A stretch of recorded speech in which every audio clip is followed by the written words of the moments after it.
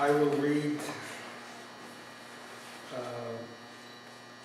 two pieces from Tokyo and another poem, a Lydia poem, and then I'm trying to will a manuscript into being, so I'm going to exercise it on you and show you my ugly baby.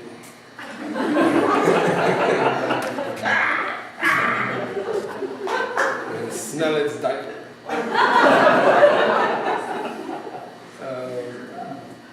So we'll start with Tokyo. I don't know why I picked this, but I just want to give you a flavor. If it irks the heart, if it befits the many and the one, if it restores the bone's logarithm, if it goes on dissolving, if it can live its double, if it brings the narcissus from underwater to join his twin.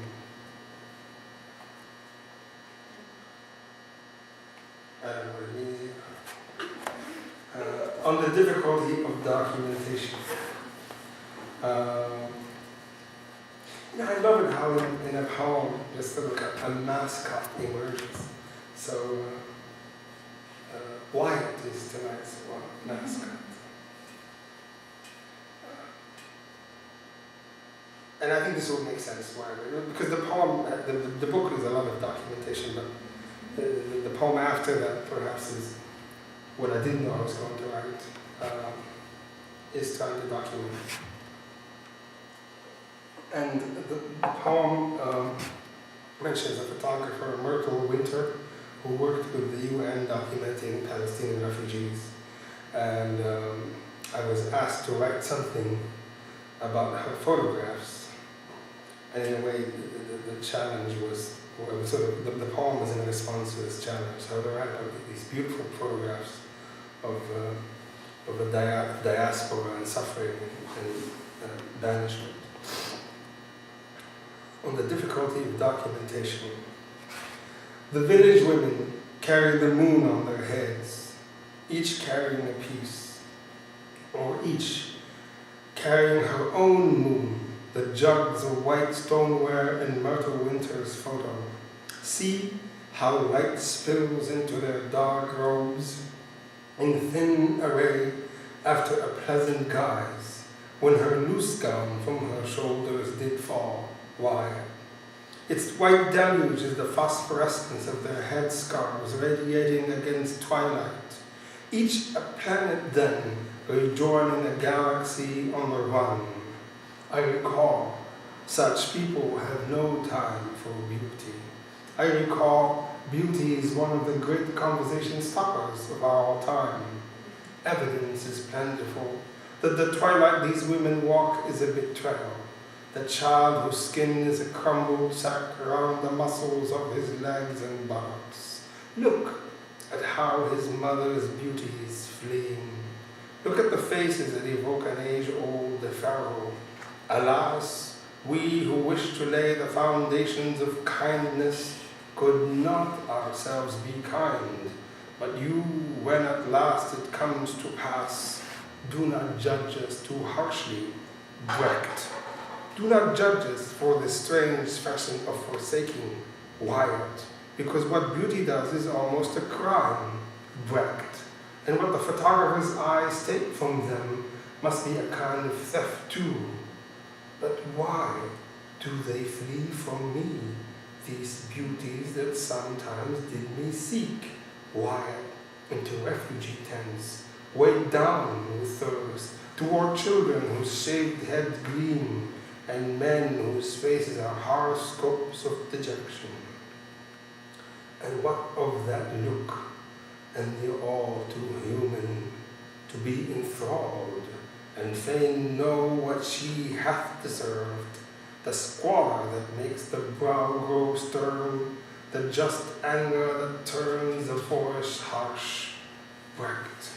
What else could she do as she parts, but softly say, oh dear heart, how like you this, Wyatt, and I recall how they flee from me, gentle, tame, and meek, how they range, busily seeking with continuous change.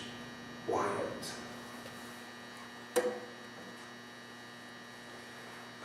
Documentation. The Arab Spring, I don't know if it culminated or it arose or it got to its most violent with the events in Libya. And I was on the radio a lot, and I was on media and so on. And I was asked at some point by the BBC if I write a poem about what's happening. And I said, no, I don't write a poem about what's happening. I can talk to you, but I don't write poetry about events, conventional poems. And they called again. They had this woman who just hounded me. She actually, at the end, a few months later, she said, please believe me, I'm not a stalker. She said it with an English accent, a very heavy, very Yorkshire accent, which I can't imitate. But she was a stalker. She stalked a poem out of me for a month. So that got on the air and it circulated a bit. And then, I was happy with the outcome. And it's very difficult to know whether these things happen. But then Tripoli, or the country, sort of became free of the dictatorship, and then 2 months later, of course, Gaddafi was captured and killed. And it was on a Thursday. They called me on that Thursday and said, he's been killed. It's not like the revolution where it took months to build up. He's been killed, he's been captured. You have 2 days to write a poem. And I said yes. I said yes because I feel like by then I understood that this is the poem. I don't know if I was born to write it, but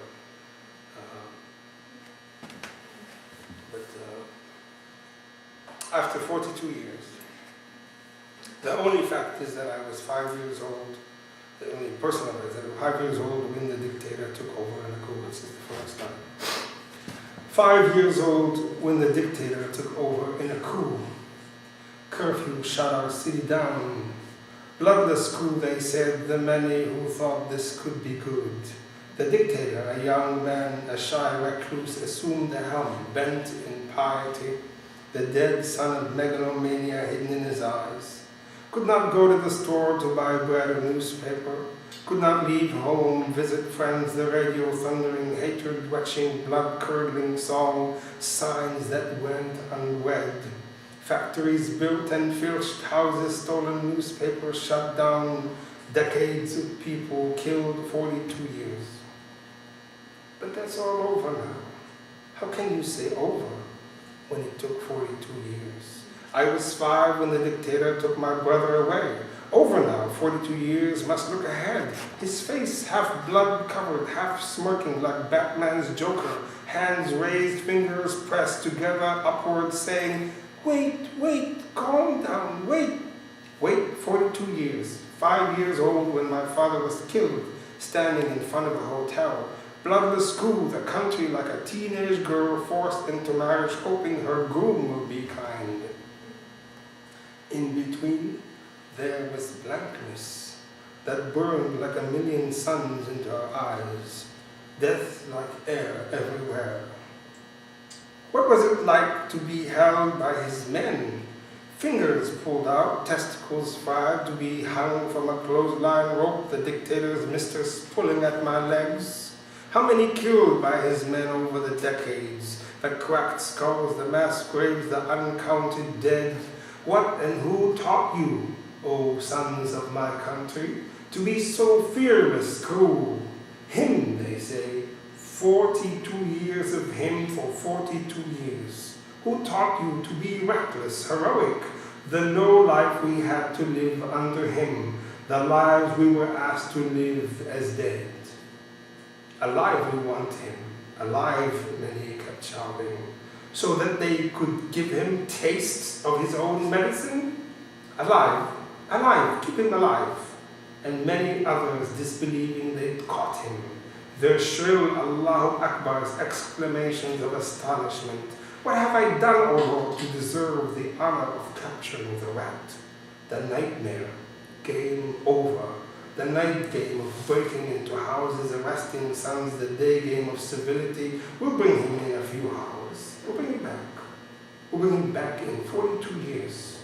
Could it be so easy? Game over. The capturing of a rat, a clown in a rat-colored outfit, a wild knot of hair, a wig, high-heeled boots, holding a golden pistol like a child playing hero. Is that what our history amounted to?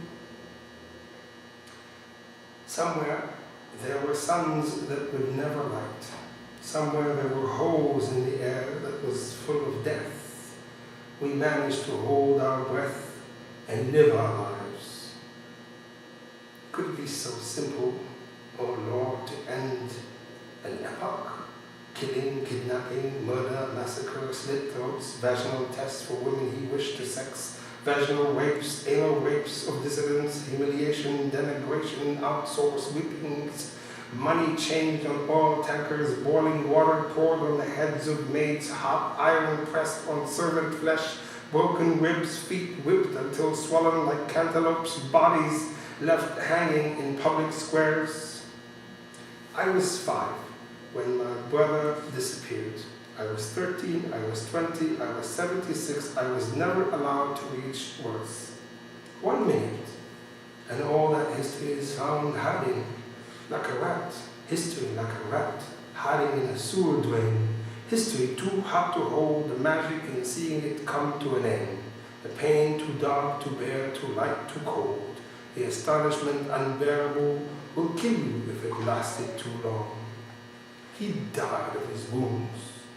No. They just shot him dead. Perhaps he was a magnet and drew evil out of men's chests. A magnet siphoning cruelty to itself. His hands saying, wait, reached into their lungs and knotted their raw souls. No. They just shot him dead. But I heard he died of his wounds. Somewhere, perhaps, an earthly sun is shining on us. With us, perhaps, within us, perhaps, again, perhaps, there is air in the air again, for sure, perhaps. What will our aftermath be then? We wash our hands. Put on spotless clothes. There is no after until we pray for all the day.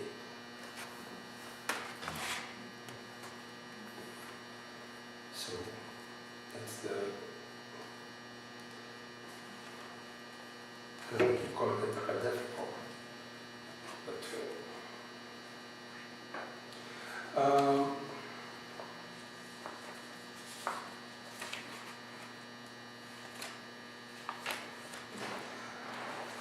the next book, the new book perhaps, is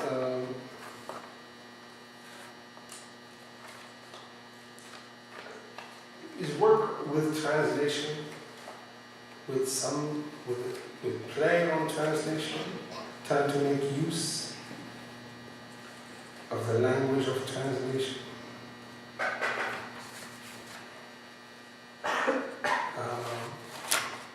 Some texts that are in between original work and translation. I'm translating to Arabic these days, and my proud achievement was translating Limhajini to Arabic. It's wonderful.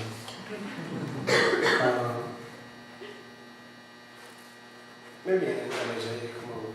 I'll read this poem. I don't know why I wrote it in this way, but I was thinking of Homer. I don't know. I wasn't thinking of someone and I wrote it, but I began to write it and then I said, this is about this person. This is in memoriam of Craig Arnold, who I remember fondly. And I don't know why I took this language, but this way it is.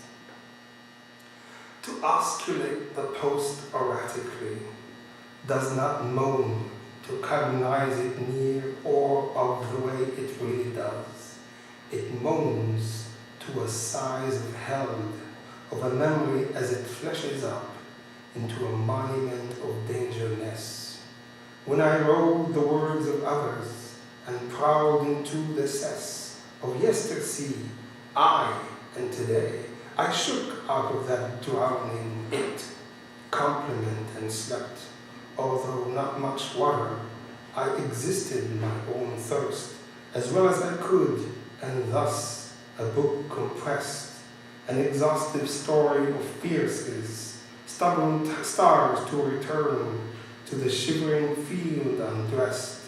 It glories clauses and resin, a happiness in various destinedness. It burns to be a vestige of frost.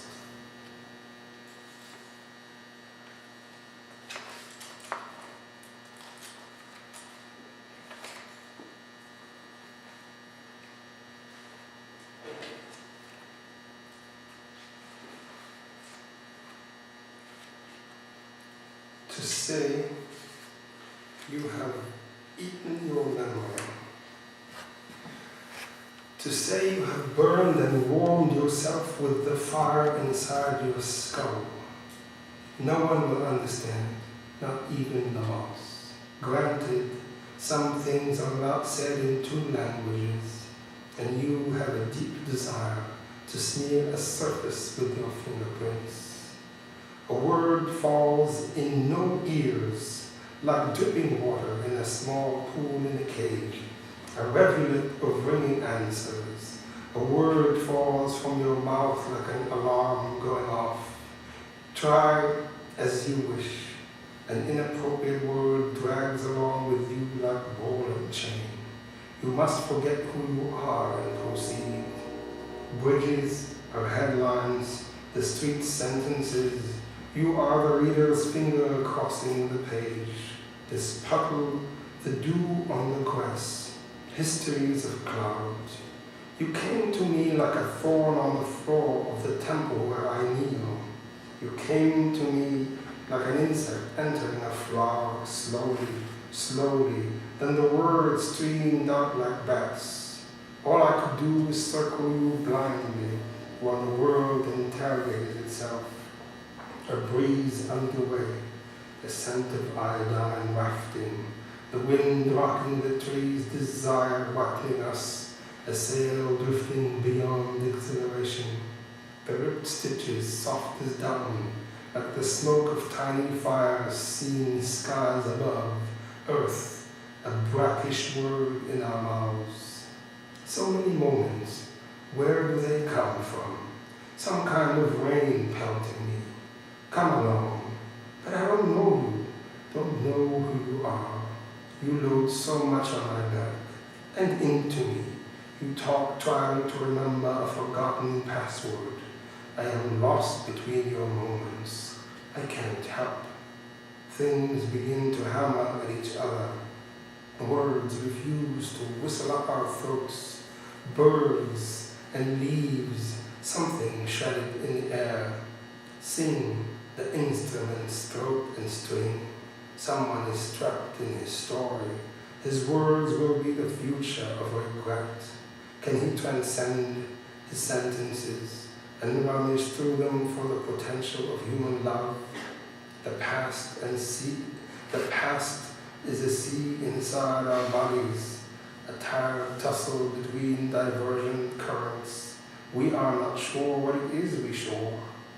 Who will dare extinguish this night and live in the light of day? Working with poetry of Abbas Beydouni. And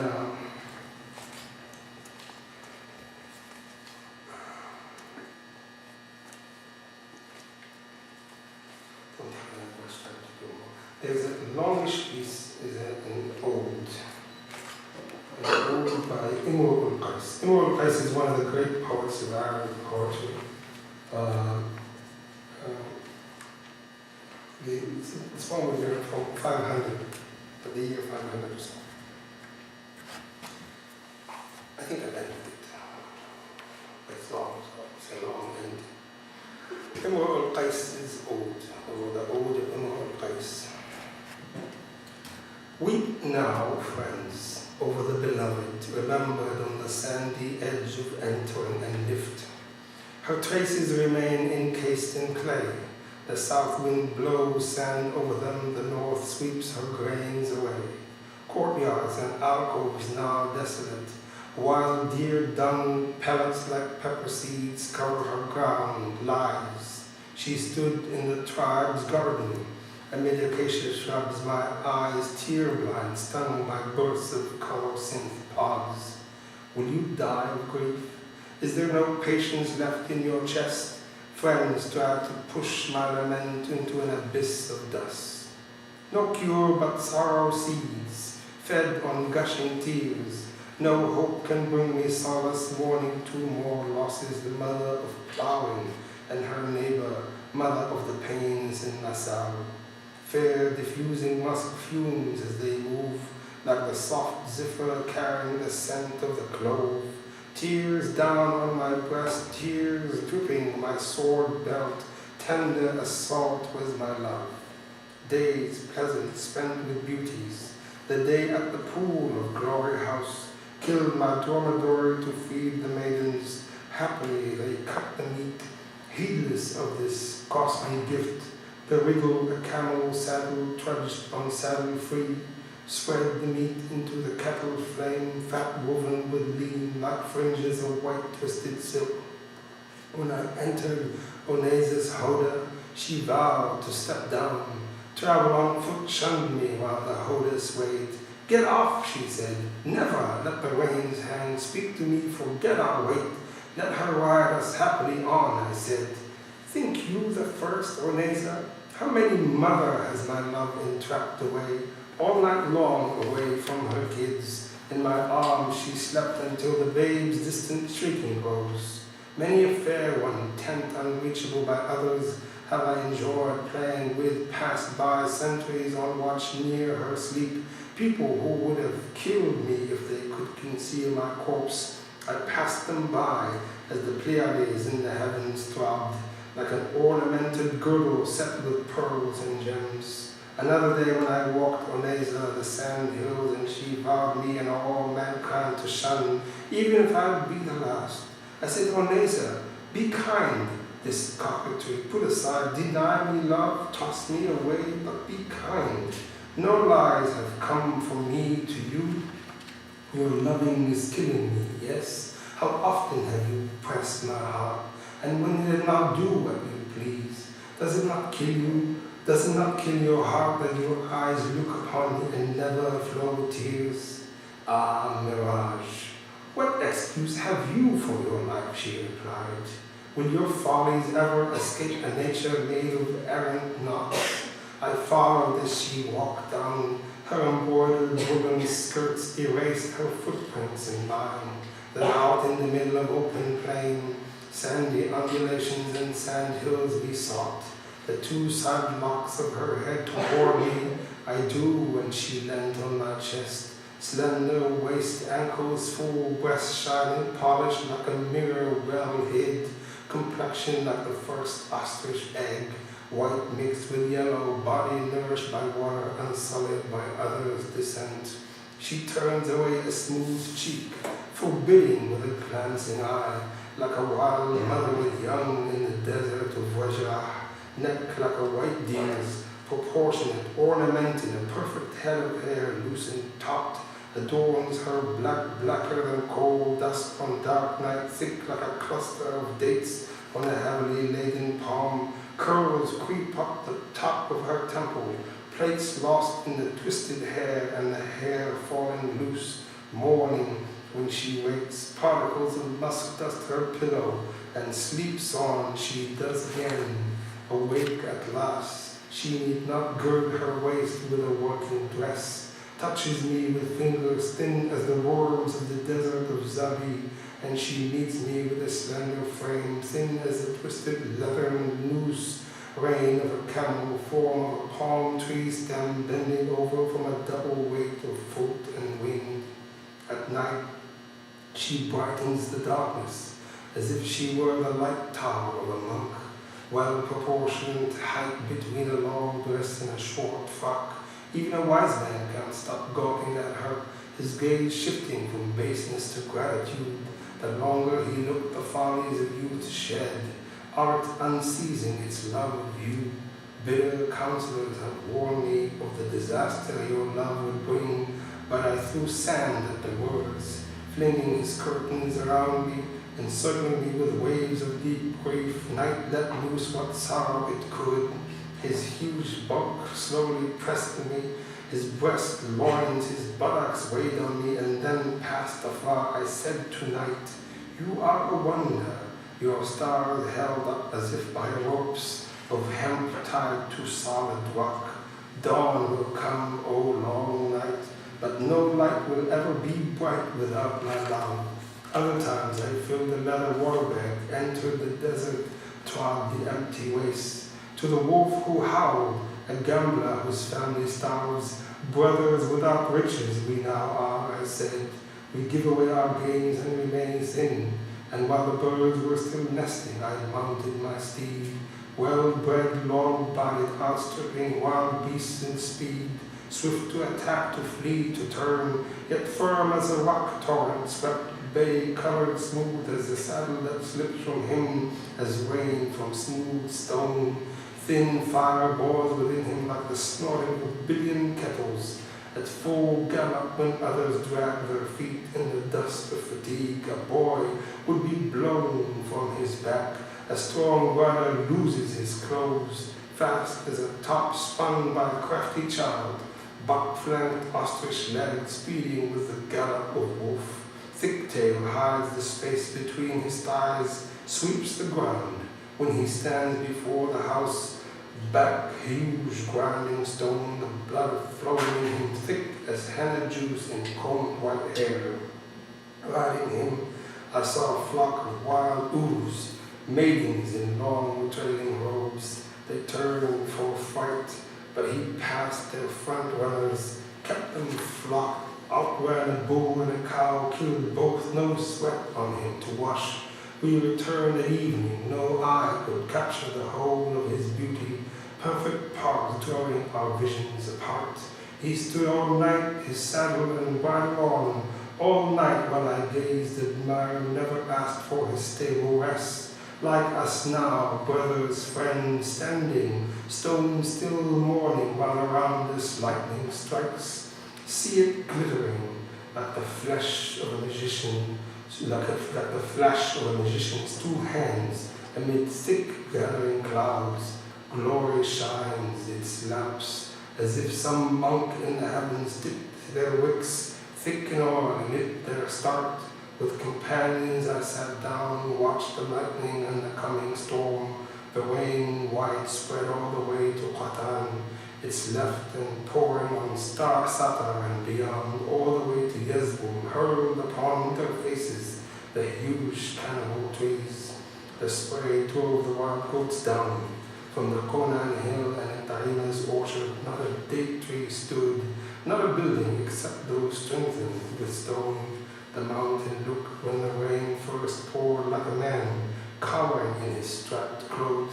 Mujammar's peak in flood lay the brave throng and seemed to whirl like a spindle top. Clouds poured forth their stores of Khatib, till it blossomed as though a Yemeni merchant were spreading out clothes from his trunk, as though the birds of Jiwa awakened in the morning and burst forth, their song spiked by draughts of old spiced wine.